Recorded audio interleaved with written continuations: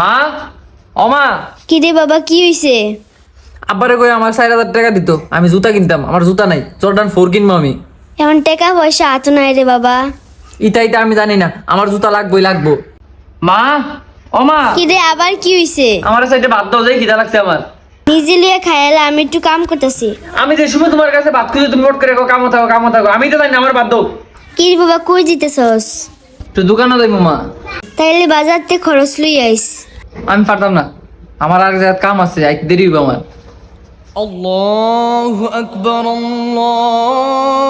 আজান দিছে, নামাজ পড়তে যা, লগে তো ছোট বাইরে লইয়া যাইস। মাত্র আজান দিছি, এত ছিল কি লেগা? এমনি যাই আমি। আর তোমার ফুলার আমি নিতাম পারতাম না, খালি নামাজের সামনে গিয়ে দৌড়াদৌড়ি করে চিল্লাচিল্লি করে গেলি। মা, ও মা, আমার কাপড়টি ধুয়ে দিও।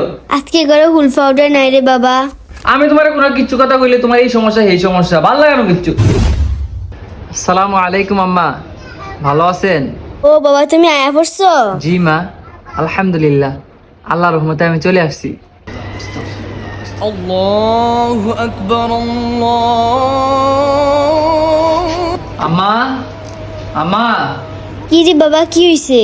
আম্মা, আজান দিয়ে দিছে তো, আমার ছোট ভাইটা রেডি করাই দাও, আমরা নামাজে যাইবো। না, হে নামাজ দিকে সমস্যা করব। মা, মসজিদে গিয়ে চিল্লা পাল্লা করলে সমস্যা নাই মা। আজকে যদি ও ছোট আছে, ওরা যদি আমি নামাজে না নেই, বড় হইলে ও মসজিদ সম্পর্কে জানবে না, নামাজে যাইবে না। এখন থেকে যদি শিক্ষা দেই, তাহলে বড় হয়েও সে নামাজ পড়বে, সবসময় নামাজে যাইবে। আম্মা, আমি নামাজে যাইতেছি মা। বাড়িতে কি কোনো খরচ বা তরকারি লাগবে? আমি ওই দিক থেকে বাজার থেকে নিয়ে আসবো যদি লাগে। না বাবা, কিচ্ছু লাগতো না। আচ্ছা মা, আসসালামু আলাইকুম। আল্লাহ, আমার বাবা কত ভালো হয়ে গেছে। আসসালামু আলাইকুম মা, কি করতেছো? এই তো বাবা, কাজ করতেছি। নামাজ পড়ছো? না রে বাবা, পরে পড়বো। মা, কাজ পরে করবা, আগে নামাজটা পড়ে নাও।